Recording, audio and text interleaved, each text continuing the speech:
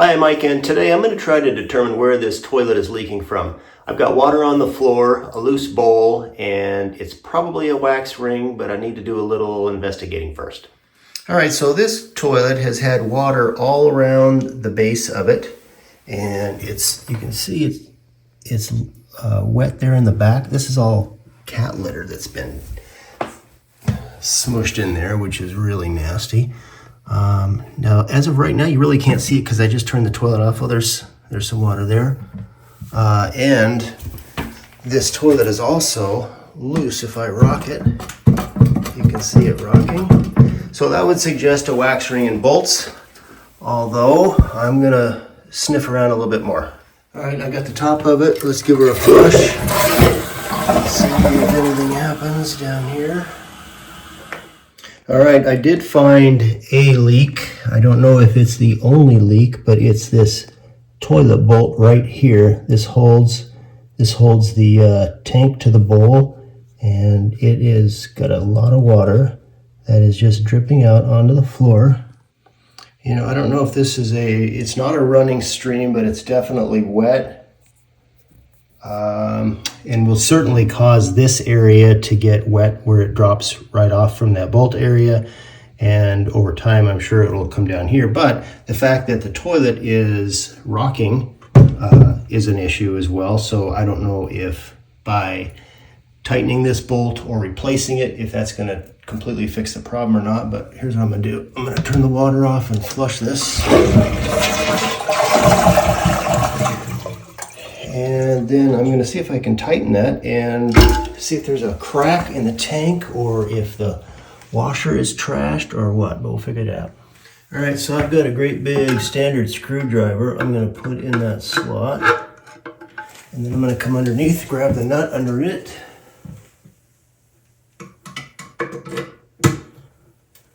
And see if I can tighten it at all. Tighten a little bit.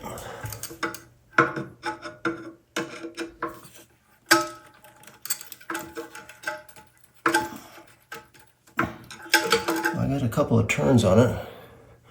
I may as well do the other one while I'm here, but I'm not sure if that's going to stop that leak. Use a little toilet paper and dry it off. Toilet paper is just a great testing medium. It will absorb anything.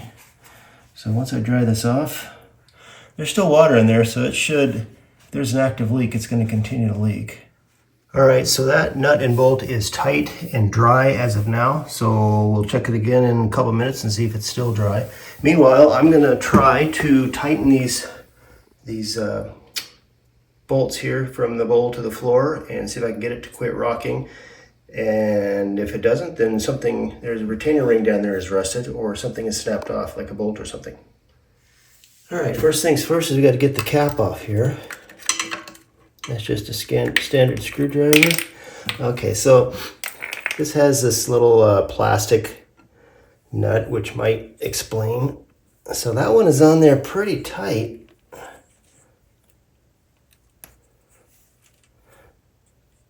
These are better so you don't crack the base as you're tightening it, but they don't have a whole lot of strength either.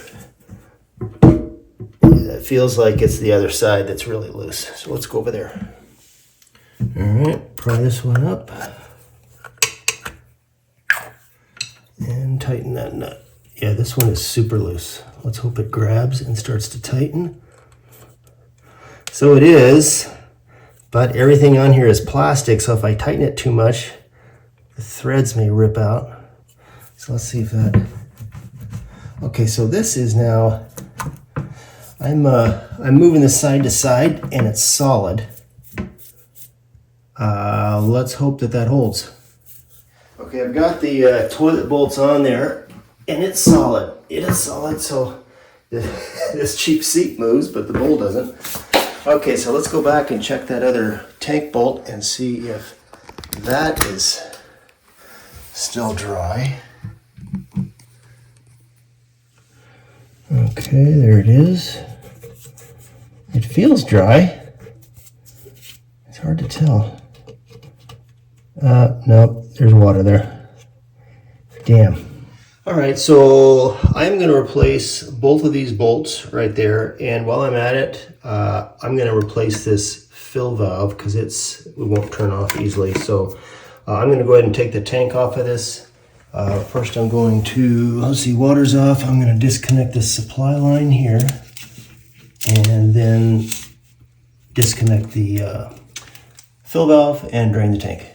All right, so nice little discovery here. My ankle stop won't shut off, so the supply line is going to continue to drip until I get some pressure back on it. But I've loosened that nut right there with a wrench.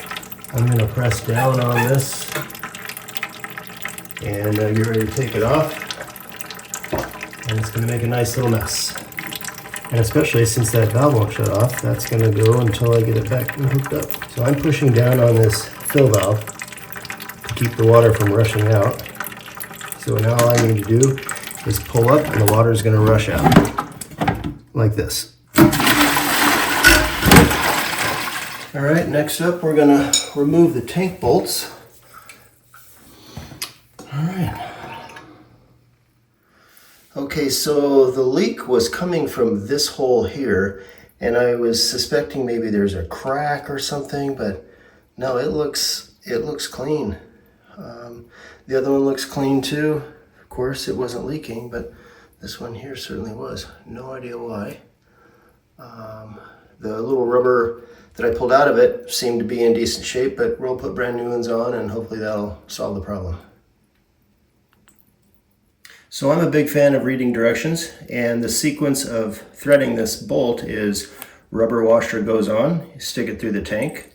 Second rubber washer goes on this side of the tank, followed by a metal washer, followed by a nut to cinch everything up so that there's rubber on each side of this tank. So I'm going to do that on this side and on that side, and I will be right back. All right, new tank bolts are in. I got them snug down. It's important not to over tighten these things. You do not want to crack this porcelain. That will really make your life miserable, which is probably why they don't want you to put the metal washer on the inside of the tank as well, in addition to the rust issue. Okay, I've got a new fill valve. I'm going to stick that through, cinch that through with this. And we are heading down the home stretch. If I had one, I would replace this spud here. I don't. This is a 3-inch. I've got a 2-inch in my garage, but this is not in bad shape, so I'm not going to change this out. You can see this whole job probably wouldn't take 10 minutes, but I'm, filming, so it does take a little bit longer. But everything is in shape. New bolts, new fill valve. I'm going to set this on top of the tank net, or on top of the bowl, and we'll tighten it all down. These just fit right down in the holes, like so. And then there's a metal washer and a wing nut. They give you the wing nut so you can't over tighten it. All right, the last step is to connect the water supply back to the bottom of the fill valve. And that should be it. So you can see from the water that leaked out onto the floor, it gives it the appearance that the bowl to the floor is leaking, but I don't know that it is. I really don't think that it is, but we will find out and fix it if we have to. So I'm going to get the water back on and see if we have any kind of leaks coming from the tank. That'll at least eliminate that.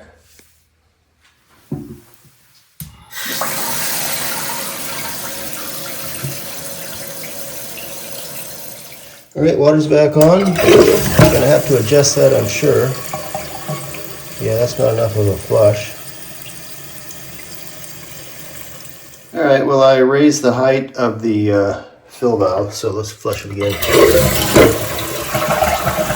Much better. Well, I hope this video helped you. If you have any questions or comments, leave them in the comment section below. Don't forget to hit the subscribe button, and we'll see you next time.